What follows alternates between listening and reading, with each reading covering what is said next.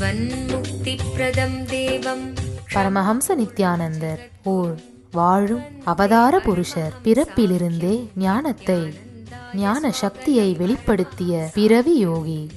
தமிழிலும் ஆங்கிலத்திலும் பரமஹம்சர் அருளியிருக்கும் 500க்கும் மேற்பட்ட புத்தகங்கள் Telugu, Kannada, Malayalam, Hindi, Sanskrit, Gujarati, Oriya, Bengali, Marathi, French, Croatian, Polish, Portuguese, Italy, German, Danish, Spanish, ரஷ்ய மொழி, சீன மொழி போன்ற 26 சர்வதேச மொழிகளில் மொழிபெயர்த்து வெளியிடப்பட்டுள்ளது.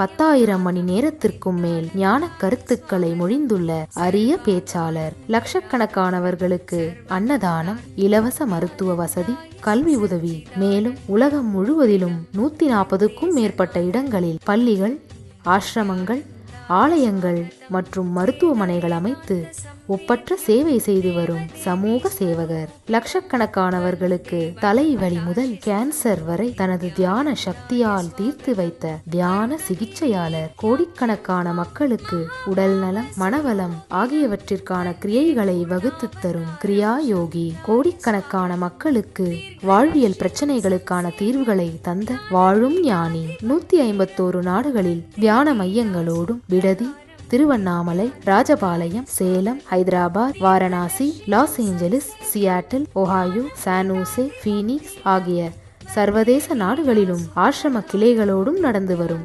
உலகளாவிய நித்யானந்த தியானபீட ஆன்மீக இயக்கத்தின் நிறுவனர். 1 கோடிக்கும் மேற்பட்ட சீடர்களால் ஆத்மார்த்தமாக பின்பற்றப்படும் ஞான குரு. தீட்சையின் மூலம் சக்தி பரிமாற்றத்தை நிகழ்த்தும் அவதார சக்தி. பாரம்பரிய யோக கலையை ஆயிரக்கணக்கான யோக மையங்கள் மூலம் உலகமெங்கும் எடுத்துச் சென்ற நவீன கால யோகி. லட்சக்கணக்கான மக்களுக்கு குண்டலினி சக்தியை உயிர்ப்பித்து அஷ்ட சித்திகளை அருளும் அஷ்டமா சித்திதாயகன். இந்தியாவில் பெங்களூரு, ஹைதராபாத், திருவண்ணாமலை மற்றும் சர்வதேச நாடுகளில் Los Angeles, San Jose, Seattle, Toronto, Ohio, Oklahoma, Phoenix, Saint Louis, Malaysia, Brazil, Paris, Guadeloupe, Dallas, New York, New Jersey, Atlanta, Calgary, Vancouver, Singapore என்று உலகம் முழுவதும் வைதீக ஆலயங்களை அமைத்து வேத கலாச்சாரத்திற்கு மறுமலர்ச்சி அளித்த ஆன்மீக சுடர். லட்சக்கணக்கான இளைஞர்களின் எதிர்காலத்திற்கு வழிகாட்டியாய் திகழும் ஒரே இளம் குரு. உலகிலேயே இணையதளத்தின் மூலம் அதிகமாக பார்க்கப்படும் ஆன்மீக குரு. அரசியல் துறையிலும் ஊடகத்துறையிலும் ஊடுருவியிருக்கும் நாத்திக ரவுடி கும்பல்களால் தொடுக்கப்பட்ட மத தாக்குதலையும் தாண்டி ஒப்பற்று ஒளிரும் ஆன்மீக ஒளி. அசைக்க இயலாத என்றென்றும் நிலைத்திருக்கும் ஞான கல்ப விருட்சம். ஸ்வாகதம் ஆனந்தானுபவாஸ்வாதம் சர்வரோக நிவாரகம் வந்தே பாப விநாசக்தம் நித்யானந்தாய ஸ்வாகதம். நித்யமுக்தம் நிர்விகல்பம் தியானலோக பிரதீபகம் வந்தே சாந்தமயம் பந்தம் நித்யானந்தாய ஸ்வாகதம். ஆனந்தகந்த சஞ்சாரம் சர்வோபாதி விநிர்முக்தம் வந்தே ஞானாலயம் நாதம் நித்யானந்தாய ஸ்வாகதம்.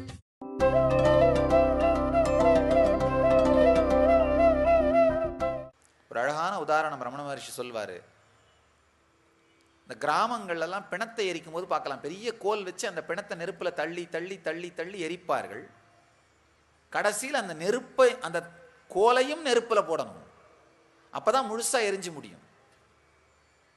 அதே மாதிரி நாம் நம்ம மனம்ங்கிற கோலை வச்சு இந்த எல்லா பந்தங்களையும் இந்த இறைவன்ற நெருப்பில் எரிச்சிருவோம். கடைசியில் அந்த மனம்ங்கிற கோலும் அந்த இறைவன்ற நெருப்பில் விழுந்தாகணும். அதுதான் சரணாகதி. மனம்ங்கிற கோலை வச்சு பிணத்தை எரிக்கிறது நம்முடைய சுயமுயற்சி. கடைசியில் அந்த மனம்ங்கிற கோலையே நெருப்பிற்குள் செலுத்துவது சரணாகதி. அதுவே செலுத்தப்படும் பொழுது மட்டும்தான் சத்தியம் நமக்குள் மலரும், ஜீவன் முக்தத்தன்மை மலரும். இன்னொரு முக்கியமான விஷயம், இந்த சரணாகதி செய்யாமல், பக்தி பாகம் இல்லாமல் வெறுமனே இந்த யோகம், தியானம், பிராணாயாமம் செய்கிற மக்கள் எல்லாம் பார்த்தீங்கன்னா தனக்குள்ள ஒரு ஆழமான துக்கத்தையும் இறுக்கத்தையும் ஏற்படுத்தி கொண்டு வயிறு சம்பந்தப்பட்ட பிரச்சனைகளில் மாட்டிக்கொள்வார்கள். பல தரம் நான் பார்த்துருக்கேன். என்னுடைய அனுபவத்தில் பலாயிரக்கணக்கான மக்களை சந்திப்பதனால சொல்கிறேன். சரணாகதி என்கின்ற பக்தி சாராது உணர்வாலே சரணடைகின்ற இந்த பக்தி தன்மை சேராமல் வெறும் யோகம், பிராணாயாமம், தியானமெல்லாம் செய்கிற மக்கள், நம்ம தமிழில் சொல்லுவோம் வயிற்றுல பல்லு டெவலப் ஆகிறதுன்னு. அவனுக்கு வயிற்றுல பல்லுடான்னு சொல்லுவோம் பாருங்க. கான்செப்ட் வர்ஷிப்னு சொல்றது, கருத்துக்களையே நினைந்து நினைந்து நினைந்து நினைந்து நினைந்து அவர்களுக்கு அந்த அடி வயிற்றுல பல்லு மாதிரி ரொம்ப லாஜிக் ஷார்ப்பாகி அடி வயிற்றுல பல் இருந்தால் அந்த பல் தன்னையே உண்ணும். அதே மாதிரி இந்த லாஜிக் அளவுக்கு மீறி டெவலப் ஆயிட்டு தன்னையே வருத்தி கொள்ளும் இயல்பிலே நிறைந்து விடும். தன்னையே வருத்தி கொள்ளும். அப்போ அவங்களால எல்லாத்தையும் ஒதுக்கி வைக்க முடியும், ஆனால் தன்னை ஒதுக்கி வைக்க முடியாமல் போயிடும். அதுக்காக தான் எல்லாவற்றையும் ஒதுக்கி வைக்கின்ற ஞானமும் தன்னையே ஒதுக்கி வைக்கக்கூடிய பக்தியும் இருந்தால் மட்டும்தான் ஜீவன் முக்தி சாத்தியம். இது எல்லாமே கனவுதான் அப்படின்னு ஒதுக்கி வைக்கிற ஞானமும், இது எல்லாமே மாறிக்கொண்டே இருப்பது அப்படின்னு ஒதுக்குகின்ற ஞானமும், மாறாத ஒன்றிடம் சரணடைகின்ற பக்தியும், இந்த ரெண்டும் சேரும் பொழுது மட்டும்தான் நமக்குள்ளே ஜீவன் முக்தத்தன்மை மலருகின்றது, ஜீவன் முக்தத்தன்மை வெளிப்படுகின்றது, ஜீவன் முக்தத்தன்மை நமக்குள் உயிர்ப்படைகின்றது. எம்பெருமான் சொல்றாரு, இந்த தேவமாயை வேறு எதனாலும் தாண்ட முடியாதது.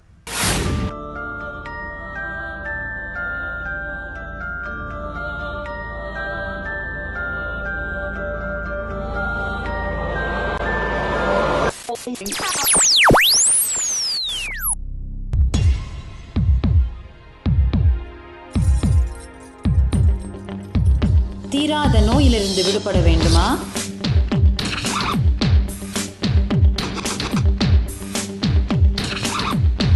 பிரச்சனைகள் இல்லாத உறவுகள் வேண்டுமா? நிம்மதியான உறக்கம் வேண்டுமா? வாழ்க்கையில் மனத்தெளிவும் உற்சாகமும் அதிகரிக்க வேண்டுமா? ஆனந்த ஸ்புரண தியான முகாம் இவை அனைத்தையும் 2 நாட்களில் உங்களுக்கு அனுபவமாக்கி தருகிறது. நாம் வாழ்வில் அனுபவிக்கும் பிரச்சனைகளுக்கும் துக்கங்களுக்கும் காரணம் நம் உடலில் உள்ள 7 சக்தி மையங்களில் பதிந்திருக்கும் எதிர்மறை உணர்வுகளும் நாம் உருவாக்கி வைத்திருக்கும் எதிர்மறை மன அமைப்பும் தான். இதை மாற்றுவதற்கான தியான நுட்பங்களும் தியான பயிற்சிகளும் கற்றுத்தரப்படுகிறது. விழித்துக் கொள்ளுங்கள், ஆனந்தம் உங்கள் பிறப்புரிமை. ஆனந்தமயமான வாழ்க்கை உங்களுக்காக காத்து கொண்டிருக்கிறது. வாரந்தோறும் சனி மற்றும் ஞாயிற்றுக்கிழமைகளில் ஆனந்த ஸ்புரண தியான முகாம் நடைபெறுகிறது. நடைபெறும் இடம் நித்யானந்த தியான பீட்டம், கிரிவலப்பாதை, திருவண்ணாமலை. தொலைபேசி எண்கள் 7200003311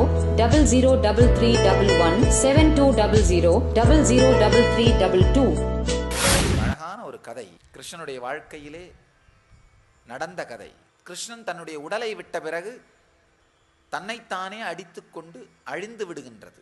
அது எப்படி நடந்தது அப்படிங்கிற ஒரு கதை. எம்பெருமான் உடலை விடுறதுக்கு முன்னாடியே சொல்லிடுறார், நான் உடலை விட்ட பிறகு நீங்கள் இருக்க மாட்டீர்கள்.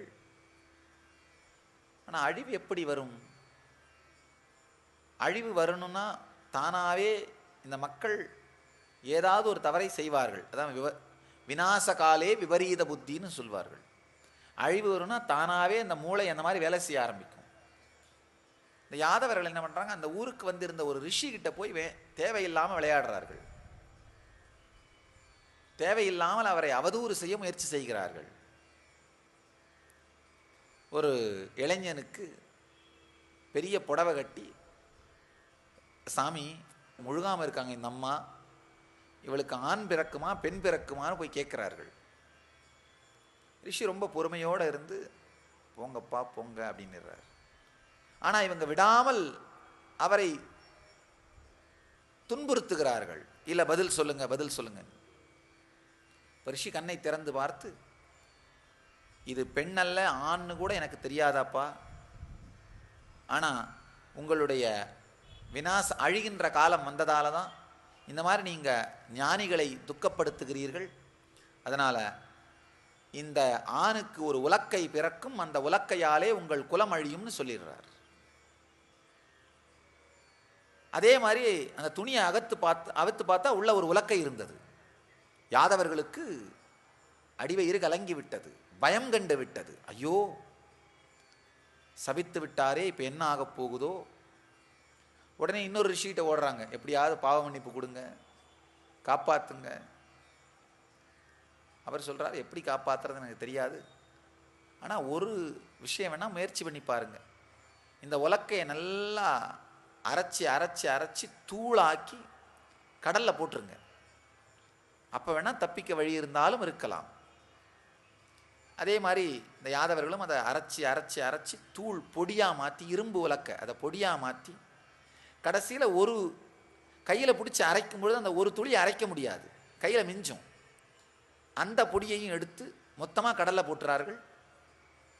ஆனால் கடல் அலை வேகத்தால் இந்த பொடியெல்லாம் மெதுவாக கடற்கரையில் ஒதுங்கி அந்த பொடிகளிலிருந்து வளர்ந்த அந்த கோரை எங்கே வளர்ந்து கிடக்கு. கடைசியாக ஒரு துளி இருந்தது, அந்த ஒரு துளியை ஒரு மீன் சாப்பிட்றது. ரொம்ப அழகாக அந்த கதையில் விளக்குறார்கள். அந்த மீன் சாப்பிட்ட அந்த துளி ஒரு வேடனோட கையில் சிக்குது. அவன் மீன் பிடிக்கும்போது அந்த மீன் கிடைக்குது. அந்த மீனை சாப்பிட்டுட்டு அதுக்குள்ளே இருந்த அந்த துளியை, அந்த மீனை அரிஞ்சு சமைக்கும் பொழுது அந்த துளி அவனுக்கு கிடைக்குது. இரும்பு துண்டா இருக்கே அப்படின்றதுக்காக அவன் செய்த ஒரு அம்பினுடைய நுனியிலே அதை பொருத்தி கொள்ளுகின்றான். அதுக்கப்புறம் அந்த அம்பை எய்யும் பொழுதுதான், அந்த அம்பு பட்டு தான் எம்பெருமான் ஸ்ரீகிருஷ்ணன் உடலை துறக்கின்றார். அதாவது வாலியை ராமாவதாரத்திலே வதம் செய்ததற்காக ஈசனையே உடலெடுத்து வந்தாலும், எம்பெருமானே உடலெடுத்து வந்தாலும் வாலிக்கு ஒரு வரத்தை அளித்தார். நான் உன்னை வதம் செய்தேன், அதனால் அடுத்த ஜென்மத்திலே நீ என்னை வதம் செய்வதற்கு உன்னை அனுமதிக்கிறேன். ராமாவதாரத்திலே வாலியை வதம் செய்ததற்காக கிருஷ்ணனாக உடம்பெடுத்த பொழுது வாலி மீண்டும் வேடனாக வந்து இந்த அம்பினால்தான் எம்பெருமானை உடல் துறக்க வைக்கின்றான். அதுக்கு பிறகு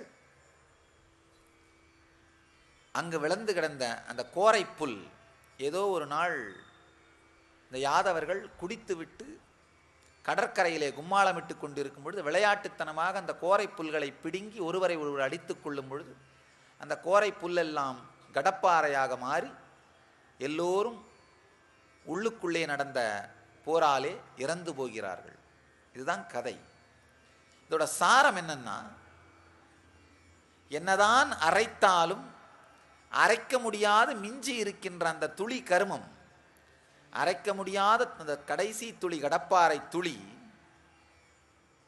எப்படி எல்லாவற்றிற்கும் மூலமாக இருக்கிறது. ஒருவேளை அந்த கடப்பாறை துளி அந்த வேடனுக்கு கிடைக்காமல் போயிருந்தால் பகவான் ஸ்ரீகிருஷ்ணன் உடலை விட்டிருக்க மாட்டார். அவர் உடலை விடாமல் இருந்திருந்தால் இந்த கடப்பாறைகள் முளைத்து யாதவர்கள் அழிந்திருக்க மாட்டார்கள்.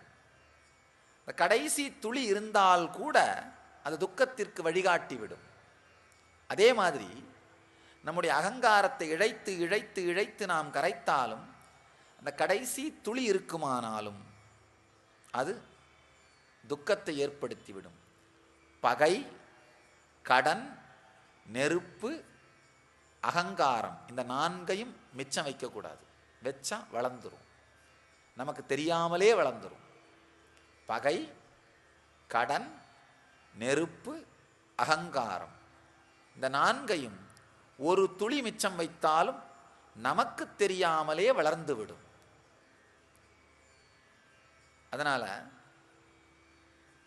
ரொம்ப அழகா ரமண மகர்ஷி சொல்வார், ஒதுக்கக்கூடியதையெல்லாம் ஒதுக்கிவிட வேண்டும், ஒதுக்க முடியாத ஒன்று வரும்பொழுது அதை பிடித்து கொள்ள வேண்டும்.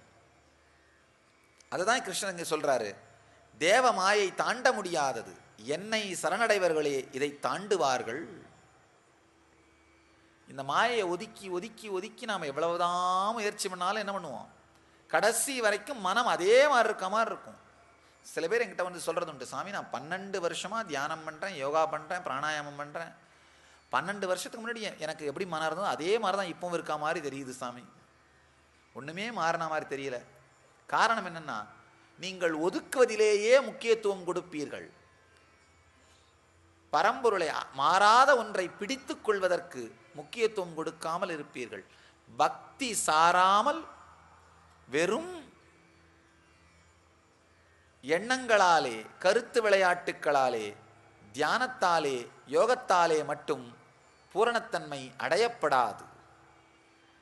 எங்க பக்தி சரணாகதி இல்லையோ அங்க பூரணத்தன்மையும் ஜீவன் முக்தியும் மலராது.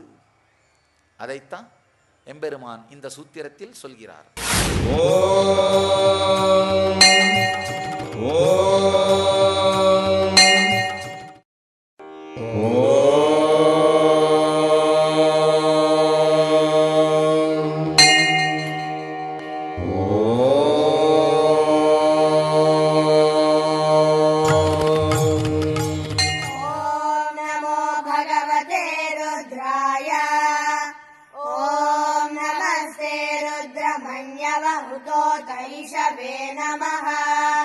नमस्ते अस्तु धन्वने बाहुभ्यामुतते नमः।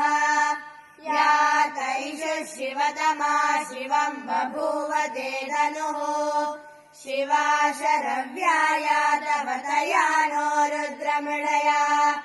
या ते रुद्र शिवा तनूरघोरा पापकाशिनी तया नस्तनुभाषन्त।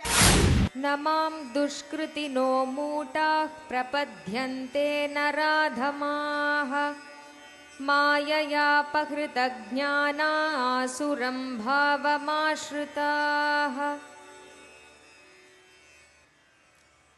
नमां दुष्कृतिनो मूढा प्रपद्यन्ते नराधमा माययापहृतज्ञाना आसुरं भावमाश्रिताः। நமாம் துஷ்கிருதினோ மூடாக பிரபத்யந்தே நராதமாக. நல்லா ஆழ்ந்து புரிஞ்சுக்குங்க. தன்னுடைய வாழ்க்கை முழுவதுமே மூடத்தனமான பாபச் செயல்களோடையே இருக்கின்ற ஒரு மனிதனால இந்த சத்தியங்களை உட்காந்து கேட்கவே முடியாது. ஏன்னா கேட்டாலே குற்ற உணர்ச்சி வந்துடும். அதனால தான் இந்த மாதிரி விஷயங்கள், இந்த மாதிரி இடங்களுக்கு போனாலே காதை மூடிட்டே அந்த வழியாக போயிடுவார்கள். போகும்பொழுது கூட தவறி காதல் எதுவும் விழுந்துட வேண்டாம்னு போயிடுவார்கள். இந்த மாதிரியான மக்கள் மூடர்கள். மறந்து மறந்து மறந்து மீண்டும் மீண்டும் வாழ்க்கையில் வருகின்ற துக்கத்தை மறந்து விடுபவர்கள். ரொம்ப அழகா ராமகிருஷ்ணரின் ஒரு உதாரணம். ஒரு நாய் என்ன பண்ணுமா, ஒரு வரட்டு எலும்பை வாயில் கவ்வி கடிச்சு கடிச்சு கடிச்சு பரட்டு பரட்டுன்னு தேய்ச்சி கடிச்சு திரும்ப திரும்ப கடிக்கிறதால அந்த எலும்பே நாயோட பல்லில் குத்தி அந்த பல்லிலிருந்து வர்ற ரத்தத்தை குடித்து கொண்டு அந்த நாய் அந்த எலும்பிலிருந்து ரத்தம் வருகிறதுன்னு நினைச்சிட்டு இருக்குமா. மூடத்தன்மை. அதே மாதிரி தான் நாமளும் இந்த வெளி உலக விஷயங்களை பிடித்து கொண்டு அதை உருட்டி உருட்டி அந்த அந்த வரட்டு எலும்பை உருட்டி தனக்குள்ளிருந்து எப்போவாவது வர்ற கொஞ்சோண்டு சுகத்தையும் அமைதியையும் அந்த வெளி உலக பொருளிலிருந்து வர்றதா நினைச்சிட்டு வாழ்ந்துட்டு இருக்கோம். இந்த வரட்டெலும்பை கடிக்கின்றோம் என்பதை கூட மறந்துவிட்டு மூடத்தன்மையில் மீண்டும் மீண்டும் மீண்டும் மூழ்கி கொண்டிருப்பது. ஒவ்வொரு நாள் விழித்து கொள்ளும் பொழுதும் உணர்வாலேயும் விழித்து கொள்வது. ஆனால் ரொம்ப கன்வீனியண்ட்டாக பல விஷயங்களை நாம் மறந்து விடுகின்றோம். பல விஷயங்களை நாம் முடிவெடுக்கும் பொழுது நம்முடைய நினைவிற்கும் உணர்விற்கும் கொண்டு வராமல் விட்டு விடுகின்றோம். மறதியிலேயே பிறந்து மறதியிலேயே வாழ்ந்து மறதியிலேயே மறைந்து விடுவது. ஒரு சின்ன கதை. ஒரு பெரிய மறதி ப்ரொஃபஸர். இந்த ப்ரொஃபஸர், முக்கியமாக இந்த ஃபிலாசபி ப்ரொஃபஸர்களுக்கெல்லாம் மறதி இருக்கும். ஏன்னா அளவுக்கு மீறி அனுபவம் இல்லாமல் வெறும் கருத்துக்களை மட்டும் மூளையில் வச்சு திருக வேண்டி இருக்கிறதுனால இந்த ஃபிலாசபி ப்ரொஃபஸர்களுக்கு ரொம்ப மறதி இருக்கும். இல்லை அனுபவம் சார்ந்த விஷயமா இருந்தால் மறதி இருக்காது. அனுபவம் சாராத விஷயன்றதால மறதி அதிகமாக இருக்கும். ஒரு பெரிய மறதி ப்ரொஃபஸர் அவருடைய வீட்டை அதே தெருவில் இன்னொரு பாகத்துக்கு வீடு மாற்றினார்கள். அவங்க மனைவிக்கு தெரியும் இவர் மறதிக்காரர்னு. அதனால் அவர் கல்லூரிக்கு போகும்பொழுது காலையிலேயே ஒரு பேப்பரில் வீட்டோட புது அட்ரஸை எழுதி கொடுத்து புது சாவியையும் கையில் கொடுத்து, சாயந்தரம் மறக்காமல் புது வீட்டுக்கு வாங்க, இது புது வீட்டு சாவி, புது வீட்டு அட்ரஸ்னு பேக்கெட்டில் வச்சு அனுப்பிடுறார்கள். அவர் நம்முடைய மறதி ஹீரோ காலேஜில் ஏதோ ஒரு ஸ்டூடெண்ட் ரொம்ப முக்கியமான கேள்வி கேட்க போய் அந்த பேப்பரோட பின்பக்கத்தில் அதோட விடையை எழுதி கொடுத்துட்றாரு. அதில் அட்ரஸ் இருக்குன்றதையும் மறந்துட்டார். சாயந்தரம் வழக்கம் போல் பழைய வீட்டுக்கே போகிறாரு. வீட்டில் போய் இந்த புது சாவியை வச்சு ட்ரை பண்ணுறாரு. அது திறக்க மாட்டேங்குது. திறக்காதப்போ தான் திடீர்னு அவருக்கு உரைக்குது, ஆமாம் இன்னைக்கு காலையில் ஏதோ நடந்ததே, கரெக்ட் மனைவி சொன்னாங்க, இந்த தெருவிலேயே எங்கேயோ வீடு மாத்துறதா. அப்போ தான் அவருக்கு புரியுது, ஆஹா அந்த அட்ரஸ் எழுதின ஸ்லிப்பை யாரோ ஒரு மாணவன்கிட்ட கொடுத்துட்டோமே அப்படின்னு. மெதுவாக அந்த தெருவில் இறங்கி நடக்க ஆரம்பிக்கிறோம். வழியில் ஒரு இளைஞனை பார்த்துட்டு, அப்பா இந்த தெருவில் ஒரு ப்ரொஃபஸர், ஃபிலாசபி ப்ரொஃபஸர் இருப்பாரே தெரியுமா, அவருடைய புது வீடு எதுன்னு தெரியுமான்னு கேட்குறாரு. அந்த பையன் சொல்கிறான், கவலைப்படாதீங்கப்பா, நான் தான் உங்கள் பையன், வாங்க அழைச்சிட்டு போகிறேன்.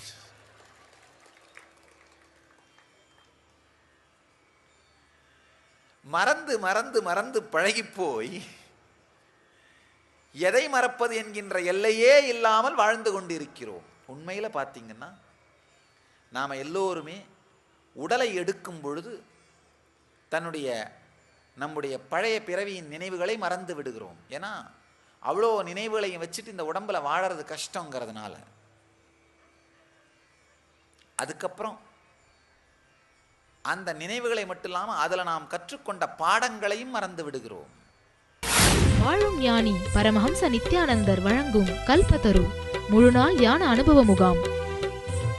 கல்பத்தருவில் நீங்கள் பெறும் உடல் நலம், வாழும் ஞானியிடம் நீங்கள் பெறும் தீட்சை உங்களின் உடலிற்கும் மனதிற்கும் சக்தியளித்து குணமளிக்கின்றது. தொடர்ந்து பெறும் தீட்சைகளால் ஒரு மனிதருக்குள் 1300% வரை சக்தி அதிகரிக்க முடியும். இது உடல் நலத்தை நேரடியாக அதிகரிக்கின்றது. தொடர்ந்து 21 நாட்கள் எடுத்துக்கொள்ளும் தீட்சை மேற்சொன்ன சக்தி மாற்றங்களை உங்களுக்குள் நிலையான அனுபவமாக மாற்றுகின்றது.